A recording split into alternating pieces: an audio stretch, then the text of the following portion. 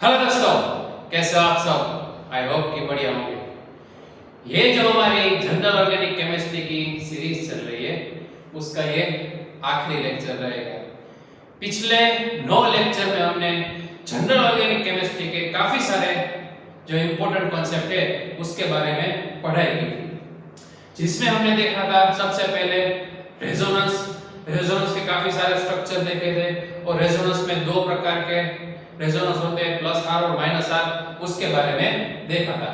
बाद में दूसरे लेक्चर में हमने देखा था इंडक्टिव इफेक्ट के बारे में कि इंडक्टिव इफेक्ट भी दो प्रकार की होती है, प्लस आई और माइनस आई।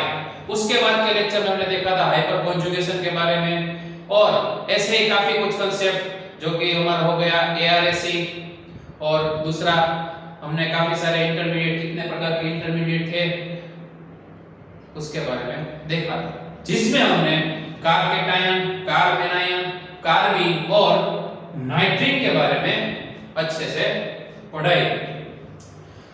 आज के इस लेक्चर में ये सभी कॉन्सेप्ट में से कैसे कैसे क्वेश्चन निकलते हैं वो हमें देखना है। तो आज हम सभी प्रकार के क्वेश्चन चुन चुन के जो मैंने निकाले हैं उसको सॉल्व करेंगे। हम कैसा करेंगे, सबसे पहले मैं इधर क्वेश्चन लिखूंगा।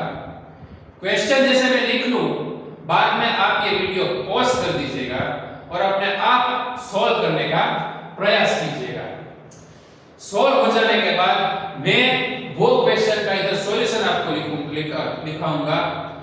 आपका आंसर मेरे आंसर से कंपेयर कर लीजिएगा। आपने कहा गलती की है वो उसकी जांच कर लीजिएगा, और जहां पे भी गलती की है वो कैसे हुई है वो आपको पता होना चाहिए। क्यों?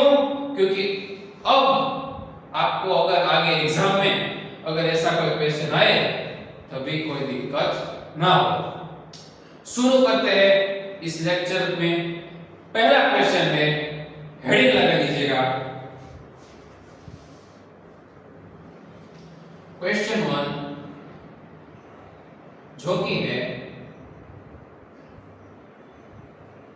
रेजोनेंस में से। क्या होगा रेजोनेंस में से? तो जो हमने पहले लेक्चर में पढ़ाया था, जो कि था हमारे रेजोनेंस के स्ट्रक्चर, मैं यहां पे कंपाउंड लिखूंगा जो कि होगा हमारा प्यारा सा फिनोल। क्या होगा भाई? फिनोल। फिनोल के कितने रेजोनेंस स्ट्रक्चर पॉसिबल है वो आपको लिखने हैं। सबसे पहले वीडियो पॉज कर दीजिएगा और अपने आप ये क्वेश्चन को सॉल्व करने का प्रयास कीजिएगा। अपने आप रेजोनेंस के जितने भी पॉसिबल स्ट्रक्चर हो वो आपको लिखने हैं। आई होप कि आपने क्वेश्चन सॉल्व कर दिया होगा। अब मैं आपको क्वेश्चन सॉल्व करवाता हूं। रेजोनेंस में हमने दो बातें देखी थी। कौन सी थी वो दो बात? तो रेजोनेंस होने के लिए कैसे ग्रुप होने चाहिए? या तो वो इलेक्ट्रॉन डोनेट कर रहे हो, यानी कि उसके पास इलेक्ट्रॉन ज्यादा हो। अगर उसके पास इलेक्ट्रॉन ज्यादा होंगे तो वो जिस भी रिंग के साथ जुड़ा होगा वो उस रिंग को अपने इलेक्ट्रॉन डोनेट करेगा। या फिर ऐसे ग्रुप होने चाहिए जो कि इलेक्ट्रॉन गेन या फिर इलेक्ट्रॉन विड्रॉ करते हो। तो वो क्या करेंगे, वो जिस भी रिंग के साथ जुड़ा होगा उस रिंग के इलेक्ट्रॉन को गेन करेगा और हमें नया रेजोनेंस का स्ट्रक्चर देगा। दूसरी शर्त क्या थी? रेजोनेंस होने के लिए महत्वपूर्ण बात यह है कि आपका कंपाउंड कॉन्जुगेशन में होना बहुत ही आवश्यक है। क्या बोला मैंने? आपका कंपाउंड कॉन्जुगेशन में होना चाहिए, मतलब डबल सिंगल डबल। क्या बोला मैंने? डबल सिंगल डबल, मतलब कि डबल बॉन्ड उसके बाद सिंगल बॉन्ड उसके बाद डबल बॉन्ड, यानी उसको बोलते हैं कॉन्जुगेशन। या फिर मैं ऐसा भी बोल सकता हूं, आप याद कीजिए पहला लेक्चर हम रेजोनेंस में क्या करते थे? एक का डबल, डबल का सिंगल। क्या? एक का डबल, डबल का सिंगल, यानी कि जहां पे सिंगल बॉन्ड है वहां पे डबल बॉन्ड कर देना है, इसमें आप देख सकते हैं कि देखो ये हो गई हमारी रेजोनेंस की साइन। इधर OH ग्रुप दिया गया है। कौन सा ग्रुप दिया गया है? OH group. OH ग्रुप में हमें पता है कि OH में ऑक्सीजन के पास दो लोन पेयर होती है। तो पहले मैं वो दिखा देता हूं। ये हो गई हमारी ऑक्सीजन की दो लोन पेयर। अब दो लोन पेयर यानी कि उसके पास इलेक्ट्रॉन की मात्रा ज्यादा है।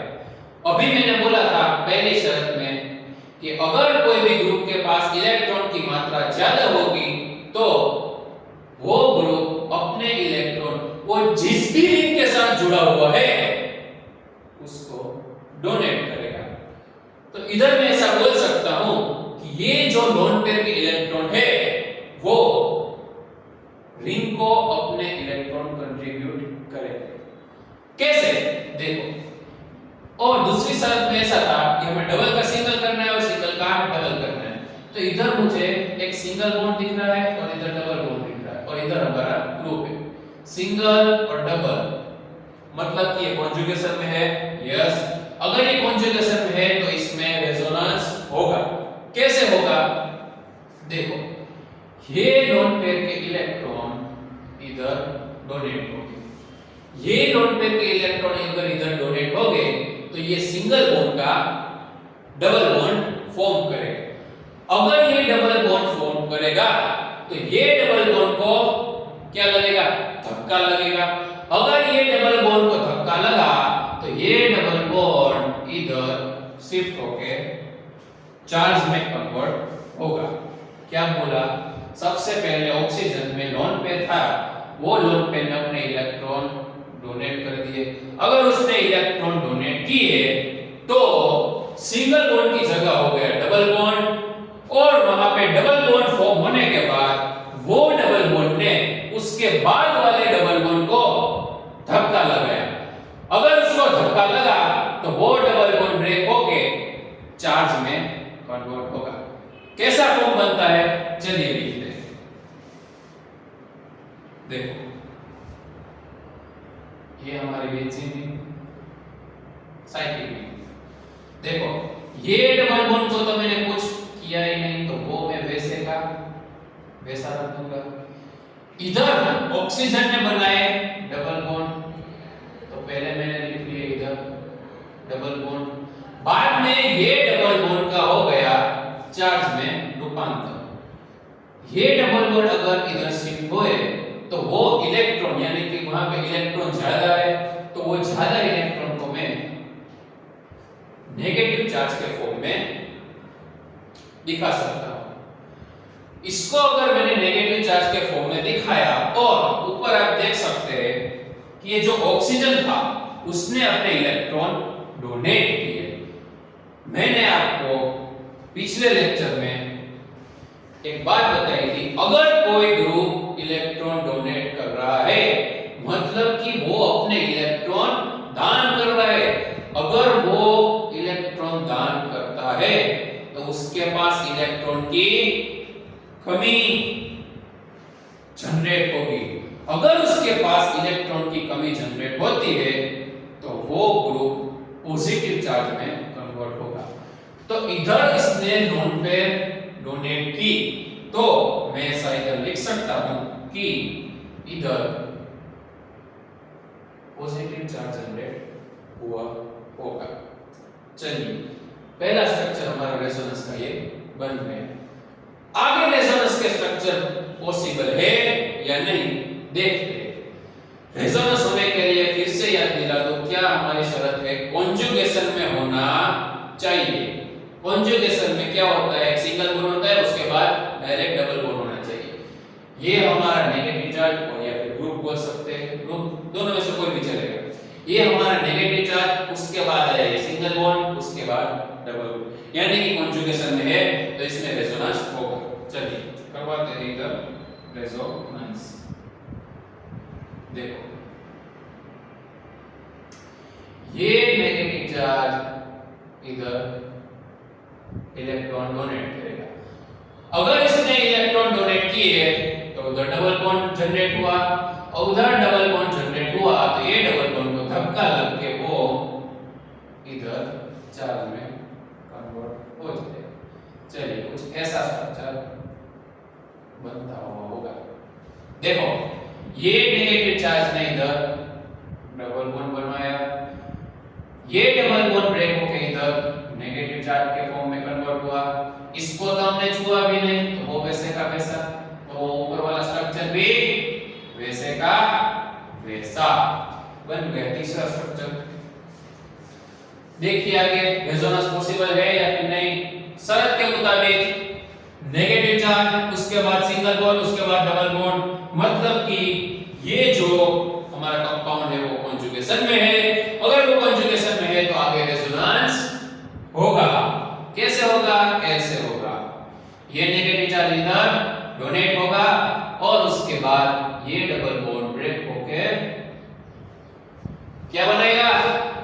बोलो बोलो, वर्चुअली बोलो, नेगेटिव चार्ज बनाएगा। और कुछ ऐसा स्ट्रक्चर फॉर्म होगा। देखो नेगेटिव चार्ज ने बदल दिया डबल बॉन्ड, ये डबल बॉन्ड हो गया नेगेटिव चार्ज। बाकी का जो बचा कुचा है वो वैसे का वैसा लिख दो, ये इधर ऐसे का ऐसा, ऐसा कुछ स्ट्रक्चर हमें मिल गया। देखो आगे रेजोनेंस पॉसिबल है, नेगेटिव चार्ज सिंगल बॉन्ड और double bond, negative charge single bond और डबल बॉन्ड, यानी कि रेजोनेंस पॉसिबल होगा। क्यों? क्योंकि कॉन्जुगेशन में है। तो कैसे होगा? ऐसे होगा, ये इधर डबल बॉन्ड बनाएगा और ये जो डबल बॉन्ड था ना वो ब्रेक होके ऑक्सीजन की लोन पेयर में फिर से कन्वर्ट हो जाएगा। इधर जो लोन पेयर डोनेट हुई थी वो इधर वापस ऑक्सीजन को मिल गई। चलो कैसे स्ट्रक्चर बनेगा, कैसे कुछ बनेगा।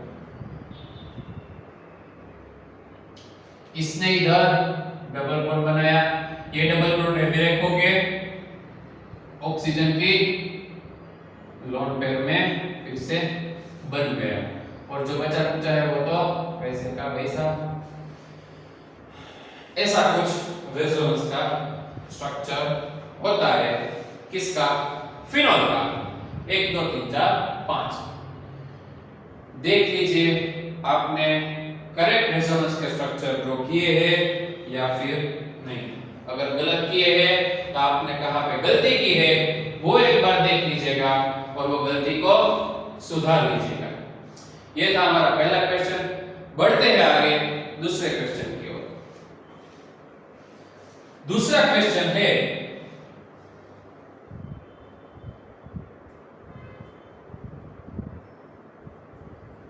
आइडेंटिफाई द इंडक्टिव इफेक्ट, यानी कि आपको इंडक्टिव इफेक्ट कौन सी इसमें अप्लाई हो रही है वो फाइंड करना है। हमें पता है कि हमने 2 प्रकार की इंडक्टिव इफेक्ट देखी। पहले थी प्लस आई, दूसरी थी माइनस आई। इधर मैं आपको कुछ ग्रुप्स लिखूंगा, वो ग्रुप कौन सी इंडक्टिव इफेक्ट शो करते हैं वो आपको लिखना है। अगर प्लस आई शो करते हैं तो प्लस आई लिखना है, अगर माइनस आई शो करते हैं तो माइनस आई लिखना है। चलिए ग्रुप लिखते हैं।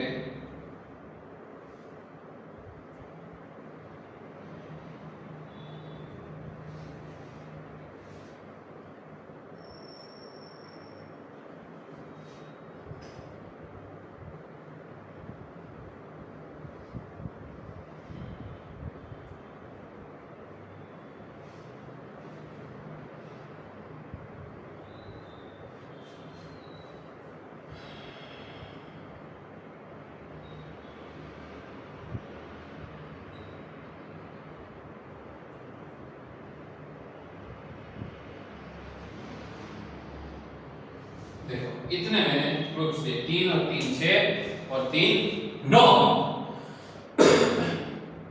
9 प्रकार के मैंने इधर ग्रुप्स लिखे हैं। ये नो के नो group different inductive effect show करते हैं। कौन सी इंडक्टिव इफेक्ट किसमें अप्लाई हो रही होगी वो आपको लिखना है। वीडियो को पॉज कर दीजिएगा और सबसे पहले ये क्वेश्चन सॉल्व करने का प्रयास कीजिएगा। आई होप कि आपने क्वेश्चन सॉल्व कर दिया होगा।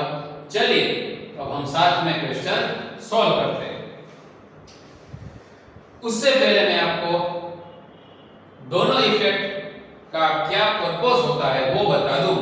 प्लस आई इफेक्ट में वैसे ग्रुप आएंगे जो अपने इलेक्ट्रॉन सामने वाले को डोनेट करते होंगे। प्लस आई में ऐसे ग्रुप्स आएंगे जो अपने इलेक्ट्रॉन सामने वाले को डोनेट करते हैं। यानी कि जितने भी इलेक्ट्रॉन रिच ग्रुप है वो प्लस आई इफेक्ट शो करेंगे। दूसरा minus I effect. Minus I effect वो शो करेंगे जिसके पास इलेक्ट्रॉन की कमी होगी। अगर जिसके पास इलेक्ट्रॉन की कमी होगी तो वो सामने वाले से अपने इलेक्ट्रॉन अपने लिए खींचेंगे। अगर वो इलेक्ट्रॉन अपनी तरफ खींचते हैं तो उसको हम इलेक्ट्रॉन डेफिशिएंट ग्रुप बोलते हैं। Electron deficient group minus I effect show करेंगे, electron rich group plus I effect show करेंगे। चलिए NO2 ग्रुप है। NO2 ग्रुप हमें पता है NO2 ग्रुप के स्ट्रक्चर में डबल बॉन्ड आते हैं और एक कोऑर्डिनेट कोवेलेंट बॉन्ड आता है। ऐसा होता है कुछ, ये N इसके साथ ये कोऑर्डिनेट कोवेलेंट बॉन्ड वाला और ये ऑक्सीजन। ये NO2 ग्रुप में डबल बॉन्ड का ऑक्सीजन की इलेक्ट्रोनेगेटिविटी बहुत ज्यादा होती है, इसलिए वो अपनी तरफ इलेक्ट्रॉन खींचेगा। तो मैं ऐसा बोल सकता हूं कि ये जो हमारा ग्रुप है वो माइनस आई इफेक्ट शो करेगा। दूसरा ग्रुप है CN। CN ग्रुप भी हमने जो माइनस आई वाला ऑर्डर लिखवाया था उसमें याद करो बीच में आ रहा, तो ये CN ग्रुप भी माइनस आई इफेक्ट शो करेगा। बाद में COOH ग्रुप। COOH ग्रुप भी क्या है, वो भी इलेक्ट्रॉन खींचता है, मतलब उसके पास इलेक्ट्रॉन की कमी होती है तो वो भी माइनस आई। आपको भाई सिंपल भाषा में याद रखो, जो प्लस आई वाले ग्रुप हो गए ना वो इलेक्ट्रॉनिक रिच हो गए, मतलब कि उसके ऊपर कुबेर भगवान होता है ना, कुबेर भगवान नाम सुना है आपने? कुबेर को हम क्या बोलते हैं, पैसों का देवता बोलते हैं, ठीक है। कुबेर जो है वो पैसों का देवता है। तो आपको ऐसा याद रखना है कि प्लस आई इफेक्ट वाले इलेक्ट्रॉन के कुबेर होते हैं। क्या होते हैं? इलेक्ट्रॉन के कुबेर होते हैं, मतलब उसके पास इलेक्ट्रॉन ज्यादा होते हैं। वो अपने इलेक्ट्रॉन सामने वाले को डोनेट करने की संभावनाएं रखते हैं।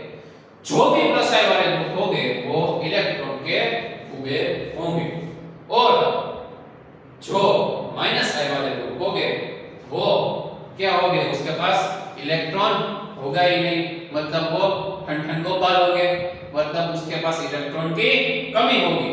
इलेक्ट्रॉन की कमी होने के कारण वो सामने वाले से इलेक्ट्रॉन खींचने की पॉसिबिलिटीज करते हैं।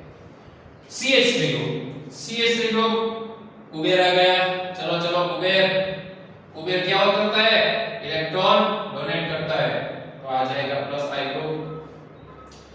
फिर से ये तो बड़ा वाला कुबेर आया, इसके पास तो 3 CH3 ग्रुप है, मतलब तीनों CH3 ग्रुप डोनेट करेंगे, और आपको पता है इसको क्या बोलते हैं, टर्सरी ग्रुप बोलते हैं। तो ये क्या करेगा, जबरदस्त प्लस आई इफेक्ट देगा। CHO ग्रुप ऑक्सीजन आया, डबल बॉन्ड इसमें ऑक्सीजन होगा तो इलेक्ट्रॉन को खींचेगा, मतलब कि ये ठन गोपाल होगा। आंसर क्या आएगा, माइनस आई इफेक्ट। अब आ रहा है स्पेशल ग्रुप, प्लस चार्ज है, मतलब देख के ही मालूम हो रहा है क्या है, इलेक्ट्रॉन की कमी।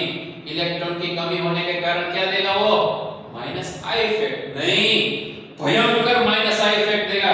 इसको बहुत इलेक्ट्रॉन चाहिए, कीजिए माइनस आई ऑर्डर, सबसे पहले ये आता है, बाद में आया CP3।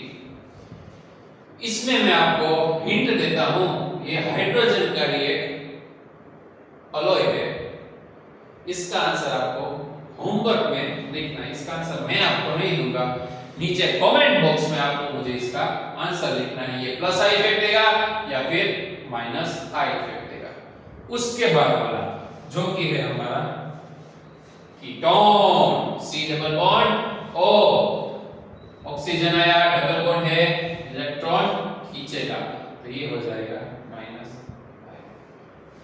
चलिए आपने जो आंसर लिखे उसको हमारे वाले जो सही आंसर है, ऐसा नहीं है मैं सब हर बार सही होगा, लेकिन ये सही है ऐसा आप मान लो, ठीक है, ये सही आंसर है।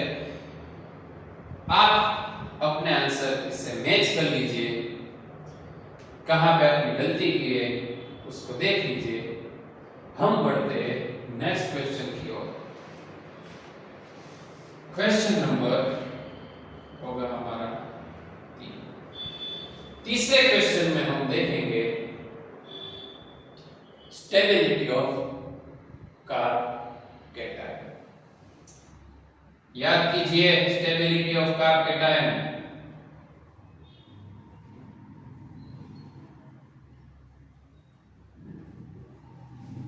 Stability of carb cation. नीचे मैं आपको कुछ स्ट्रक्चर दूंगा, उसमें आपको कार्ब कैटायन की स्टेबिलिटी फाइंड करनी है भाई। चलिए पहला स्ट्रक्चर,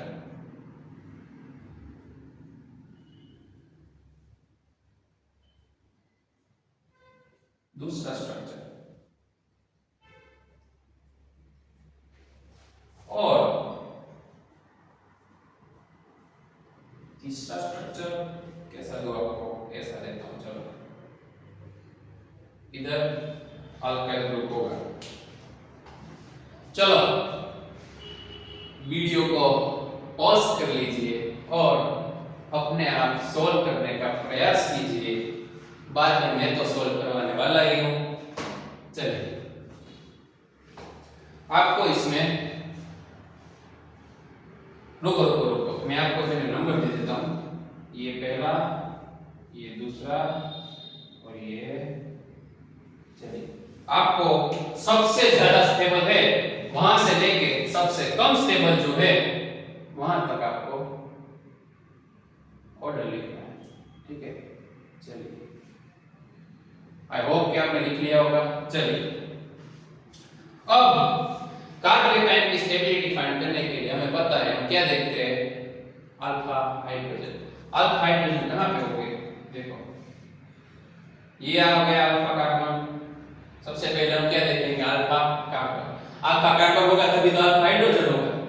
चलो अल्फा कार्बन, ये पॉजिटिव चार्ज के जो पहला कार्बन होता है उसके बाद वाला, उसको अल्फा कार्बन बोलते हैं।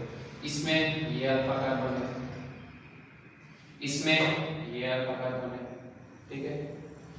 अब स्टेबिलिटी ऑफ कार्ब कैटायन में देखो एक चीज, सिंगल और सॉरी ये पॉजिटिव चार्ज के बाजू में है सिंगल बॉन्ड, तो उसके बाद है डबल बॉन्ड। ये पॉजिटिव चार्ज के बाजू में सिंगल है और यहाँ पे डबल है। ये पॉजिटिव चार्ज के बाजू में सिंगल है और उसके बाद डबल नहीं है। मतलब क्या इसका मतलब होता है इसमें और इसमें रेजोनेंस पॉसिबल है। क्या इसमें और इसमें रेजोनेंस पॉसिबल है? इसमें रेजोनेंस पॉसिबल नहीं। जिसमें रेजोनेंस पॉसिबल नहीं होगा वो स्ट्रक्चर तो आखिर में आएगा। क्यों? क्योंकि जिसमें रेजोनेंस होता है उसकी स्टेबिलिटी बढ़ती है। क्या बोला? अगर किसी कंपाउंड में रेजोनेंस होता है तो वो कंपाउंड बहुत अच्छा स्टेबल हो सकता है कंपेयर टू जिसमें रेजोनेंस नहीं होता है। तो ये दोनों पहले आएंगे वो तो फाइनल हो गया। आगे दोनों में रेजोनेंस होता है। अब देखेंगे अल्फा हाइड्रोजन। लेकिन अल्फा हाइड्रोजन के अलावा भी हम एक ट्रिक से सॉल्व कर सकते हैं। देखो इसमें अगर रेजोनेंस कैसे होगा तो ये डबल बॉन्ड इधर शिफ्ट होगा और इधर पॉजिटिव चार्ज जनरेट होगा। मतलब कि इसमें एक रेजोनेंस स्ट्रक्चर पॉसिबल है।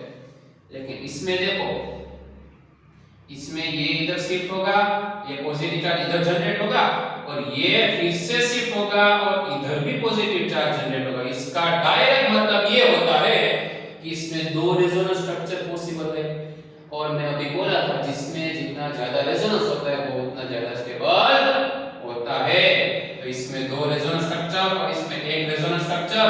तो सबसे पहले आ जाएगा ये दूसरा वाला, उससे कम ये पहला वाला और उससे कम ये आखिरी वाला। चलो लिख लो, ये आ गया हमारा आंसर। अपने आंसर से मैच कर लीजिए, क्या आपने ऐसे ही सॉल्व किया या नहीं, और अगर गलती की है तो सुधार लीजिएगा। अब हम बढ़ते हैं नेक्स्ट क्वेश्चन की ओर, जो कि होगा कार्पेटाइन वाला ही लेता हूं। चलो नेक्स्ट।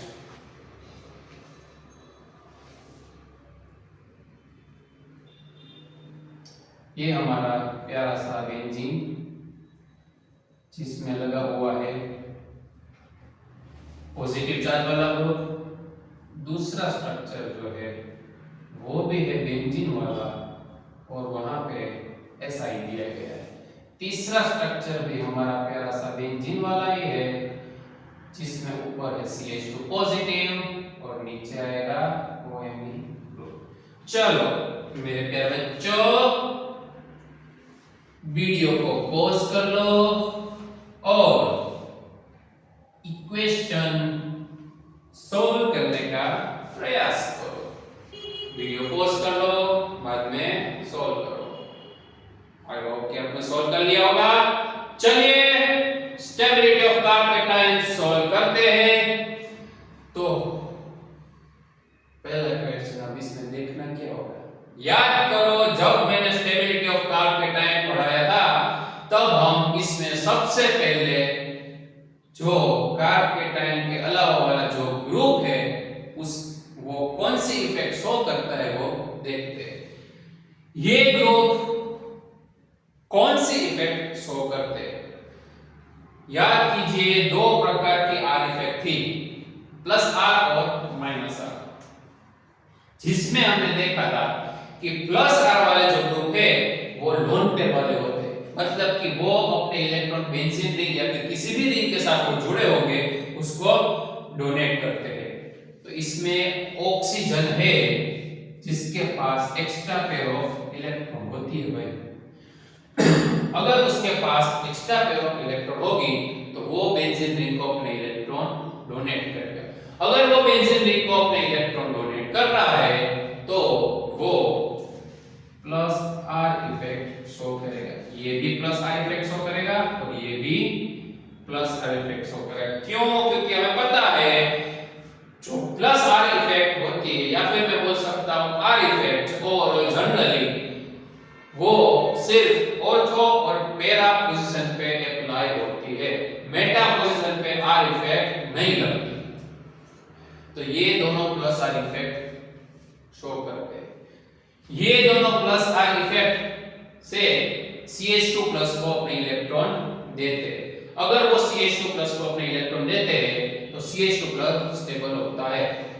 बच्चा ये ग्रुप, इसमें कोई ग्रुप ही नहीं है, तो मैं ऐसा बोल सकता हूं इसका नंबर आखिर में आएगा, इससे ज्यादा ये दोनों स्ट्रक्चर स्टेबल हो गए, ऐसा मैं बोल सकता हूं। यस, लेकिन ये दोनों में से कौन सा स्ट्रक्चर स्टेबल होगा? हमें ये तो पता है कि रेजोनेंस में जो आर इफेक्ट है वो डिस्टेंस पे तय नहीं करती, वो जहां कहीं पे भी, यानी कि जिस भी पोजीशन पे होगी वो सेम पावर से अपनी जो इफेक्ट है वो दिखा रही होगी। तो अगर प्लस आर इफेक्ट को मनाए तो हम देखेंगे उसके बाद वाली इफेक्ट जो कि होती है इंडक्टिव इफेक्ट। चलो इसमें कौन सी इंडक्टिव इफेक्ट लगेगी? OMe, यानी कि OR ग्रुप, याद करो ऑक्सीजन और उसके साथ अल्काइल वाला ग्रुप, माइनस I इफेक्ट लगेगी। कौन सी इफेक्ट लगेगी? Minus I। चलो रेजोनेंस तो दोनों में लग रही है और माइनस कि माइनस आई इफेक्ट और प्लस आई इफेक्ट या फिर overall generally I effect depends on distance, यानी कि वो डिस्टेंस पे तय करेगी। देखो माइनस आई इफेक्ट इलेक्ट्रॉन को खींचता है, क्या करता है? माइनस आई इफेक्ट इलेक्ट्रॉन को खींचता है, मतलब कि ये OMe ग्रुप CH2+ को खींचेगा, तो ये CH2+ को तो इलेक्ट्रॉन चाहिए, लेकिन ये खींच के इसके जो इलेक्ट्रॉन है वो भी कम कर देगा, तो मतलब ये और ये ग्रुप माइनस आई इफेक्ट में स्टेबिलिटी कम करेंगे।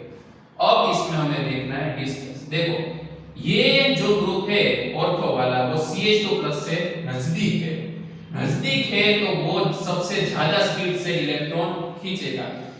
अगर इससे कंपेयर करो तो ये OMe ग्रुप CH2 से ऑर्थो के कंपेयर में काफी दूर है, तो इससे तो कम स्पीड से इलेक्ट्रॉन वो खींच सकता है, मतलब ये अगर स्पीड से इलेक्ट्रॉन खींचेगा तो ये CH2+ की स्टेबिलिटी डिक्रीज करेगा। ये अगर स्टेबिलिटी डिक्रीज कर रहा है तो कंपेयर टू पैरा ये कम स्टेबल होगा। तो सबसे पहले नंबर में कौन सा आएगा? 3 नंबर वाला आएगा, बाद में आएगा ये 1 नंबर वाला और बाद में आएगा ये 2 नंबर वाला। ये हो गई स्टेबिलिटी का ऑर्डर। कंपेयर कर लीजिए आपका आंसर। बढ़ते हैं हम आगे हमारे नेक्स्ट क्वेश्चन की ओर, जो कि है स्टेबिलिटी ऑफ कार्ब एनायन। क्या है भाई? Stability of carb anion. चलिए उसके स्ट्रक्चर पर ड्रॉ कर लेते हैं। ये नेगेटिव चार्ज यहाँ पे है एनोड, बाद में इसमें सिर्फ CH2 नेगेटिव और उसके बाद वाला स्ट्रक्चर जो कि होगा CH2 नेगेटिव और पैराफिन। चलिए वीडियो पॉज कर दीजिए और सॉल्व करने का प्रयास कीजिए। चलिए अब हम सॉल्व करते हैं। CH2- यानी कि कार्ब एनायन, उसको हमें स्टेबल करना है। कार्ब एनायन स्टेबल कब होगा? कार्ब एनायन तभी स्टेबल होगा जब उससे कोई खींचने वाला ग्रुप जुड़ेगा। कार्ब एनायन का मतलब सिंपल ये होता है कि जिसके पास इलेक्ट्रॉन की संख्या ज्यादा हो। जिसके पास इलेक्ट्रॉन की संख्या ज्यादा होगी वो देने का कैरेक्टर रखेगा, यानी कि ये हो गया हमारा कुबेर, और कुबेर हमें पता है धन देता है, वैसे ये इलेक्ट्रॉन का कुबेर क्या देगा? अपने इलेक्ट्रॉन देगा। वो अपने इलेक्ट्रॉन कब देगा? जब सामने कोई लेने वाला खड़ा होगा। वो अपने इलेक्ट्रॉन कब देगा? जब सामने कोई लेने वाला खड़ा होगा, यानी कि इलेक्ट्रॉन खींचने वाला ग्रुप खड़ा होना चाहिए। देखो NO2 है, वो हमारा खींचने वाला ग्रुप है, तो ये दोनों NO2 ग्रुप ये कार्ब एनायन की स्टेबिलिटी इंक्रीज करेंगे। लेकिन अब ये दोनों में से हम कौन सा लेंगे, वो आता है बड़ा सा क्वेश्चन। चलो इसकी इफेक्ट होती है -R, जो कि हमें पता है। -R इफेक्ट लिख ली, लेकिन उससे तो काम बनेगा नहीं, इसलिए उसके बाद वाली इफेक्ट देखनी पड़ेगी, जो कि होती है -I। कौन सी होती है? -I। अब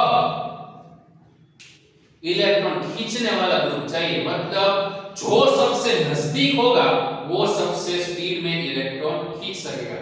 अगर कोई स्पीड से इलेक्ट्रॉन खींच सकता है तो वो कार्ब एनायन जल्दी से स्टेबल हो सकता है, ऐसा मैं बोल सकता हूं। ये ऑर्थो वाला जो NO2 है वो पैरा के कंपेयर में स्पीड से कम समय में इलेक्ट्रॉन खींच सकता है, तो मैं ऐसा बोल सकता हूं कि इसके कंपेयर में ये वाला CH2 जल्दी से स्टेबल होगा। तो सबसे पहले स्टेबिलिटी में ये आएगा, पहले नंबरिंग दे देते हैं 1 2 और ये 3। सबसे पहले स्टेबिलिटी में ये आएगा, उसके बाद ये तीसरा वाला और उसके बाद जो बचा है वो। तो ये था स्टेबिलिटी ऑफ कार्बोनाइट का ऑर्डर। देख लीजिए आपने सही से सॉल्व किया है या फिर नहीं। चलो इतना हुआ। नेक्स्ट क्वेश्चन हम देखेंगे, इसको मैं रब कर लेता हूं।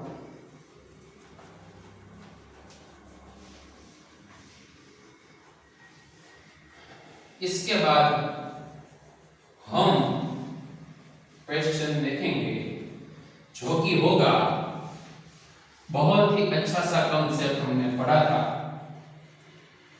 एरोमेटिसिटी। कौन सी सिटी? एरोमेटिसिटी। चलो क्या था? एरोमेटिसिटी। इधर मैं कुछ कंपाउंड लिखूंगा, सिंपल क्वेश्चन होगा भाई। इधर मैं कुछ कंपाउंड लिखूंगा, वो एरोमेटिक है, नॉन एरोमेटिक है या फिर एंटी एरोमेटिक। हमने देखे थे ना 3 प्रकार के कंपाउंड होते हैं, एरोमेटिक, नॉन एरोमेटिक और एंटी एरोमेटिक। कौन सा इधर होगा वो आपको देखना है, लिखना है।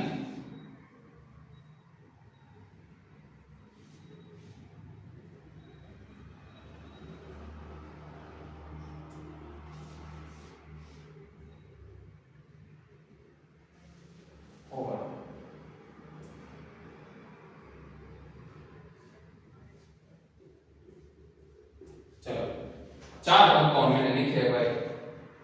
वीडियो को पॉज कर दीजिए और सॉल्व करने का प्रयास कीजिए। इसमें कौन सा कंपाउंड अपनी कौन सा एरोमेटिसिटी शो करता है, ये एरोमेटिक है, नॉन एरोमेटिक है या फिर एंटी एरोमेटिक। आई होप कि आपने सॉल्व कर लिया होगा। चलिए देखते हैं। एरोमेटिक कंपाउंड हम किसको बोलते थे कि जो हकल रूल को फॉलो करता है उसको हम एरोमेटिक कंपाउंड बोलते हैं। हकल रूल क्या था? हकल रूल वो था जो कि 4n + 2 pi इलेक्ट्रॉन अगर कोई कंपाउंड शो करता है उस कंपाउंड को हम एरोमेटिक बोलते हैं, और अगर जो compound 4n pi electron system को शो करता है उसको हम एंटी एरोमेटिक बोलते हैं। और ऐसा कंपाउंड जो कि प्लेनर नहीं है, जो कि रिंग में नहीं है और जिसमें sp3 कार्बन है, वो सारे कंपाउंड आएंगे नॉन एरोमेटिक। चलो पहला कंपाउंड जो कि है साइक्लिक स्ट्रक्चर, यस। जो कि है प्लेनर, यस। क्यों प्लेनर है? क्योंकि डबल बॉन्ड है इसमें। ओके चलो सिस्टम कौन सी फॉलो करवानी है? 4n + 2 pi electron system. 2 pi electron इसमें है, मतलब कि मैं ऐसा बोल सकता हूं 4n + 2 pi में अगर मैं n की जगह पे 0 लगूं तो मुझे आंसर आ जाएगा 2 pi इलेक्ट्रॉन। तो 2 pi इलेक्ट्रॉन वाली जो स्पीशीज होगी वो एरोमेटिक होगी। कौन सी होगी? एरोमेटिक। दूसरा 2 और 2 4 pi electron. 4n pi electron system में अगर मैं n की जगह 1 लिखूं तो मुझे आंसर मिलता है 4 pi इलेक्ट्रॉन, और ये भी है 4 pi इलेक्ट्रॉन। जो system 4n pi electron follow करती है उसको हम बोलते हैं एंटी एरोमेटिक। Anti aromatic. चलो ये तो साफ सिंपल। ये तो प्लेनर भी नहीं है, सॉरी ये तो साइकिल में ही नहीं है। अगर कोई कंपाउंड साइक्लिक फॉर्म में नहीं होता है तो सिंपली आपको गुजराती में बोलते हैं प्रेम की તમારે નોન એરોમેટિક લખી નાખવાનું। શું લખી નાખવાનું ભાઈ? नॉन एरोमेटिक लिख लेना है। चलो ये स्पेशल कंपाउंड जो कि है 2, 4, 6 और 8 pi इलेक्ट्रॉन सिस्टम वाला। अब आपको ऐसा होगा कि 8 pi इलेक्ट्रॉन है तो सर ये 4n pi इलेक्ट्रॉन सिस्टम को फॉलो कर रहा है, तो ये हो जाएगा एंटी एरोमेटिक। लेकिन आप गलत हो। क्यों? क्योंकि भैया और मेरी प्यारी बहना, ये जो कंपाउंड है वो प्लेन में ही नहीं होता है। ये कंपाउंड प्लेन में ही नहीं होता है, मतलब ये कंपाउंड नॉन प्लेनर है, जो कि होगा हमारा एक्सेप्शनल केस। ये कंपाउंड नॉन प्लेनर है, इसलिए ये कंपाउंड नॉन एरोमेटिक हो जाएगा। ये नोट कर लीजिएगा। चलिए, आपने जो भी आंसर लिखे उसको एक बार देख लीजिएगा क्या आपने सही लिखा है या नहीं। हम बढ़ते हैं हमारे अगले और आखिर वाले क्वेश्चन की ओर, जो कि है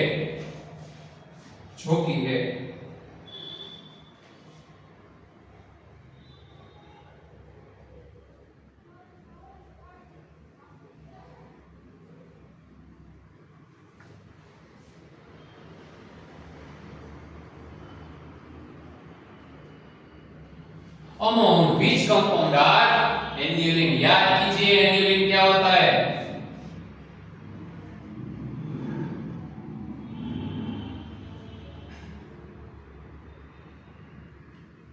चलो, ये दो कंपाउंड में से कौन सा कंपाउंड एन्यूलिन है वो आपको मुझे बताना है। वीडियो स्टॉप कर लीजिएगा और क्वेश्चन सॉल्व करने का प्रयास कीजिएगा। चलो, आई होप कि आपने सॉल्व कर लिया होगा।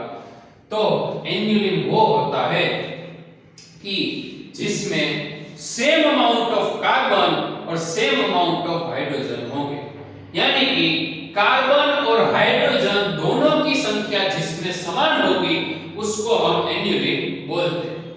आप इधर देख सकते हैं कि 1 2 3 4 5 6 यानी कि 6 कार्बन, हर एक कार्बन पे एक एक हाइड्रोजन है। 1 2 3 4 5 और 6 हाइड्रोजन की संख्या भी सेम।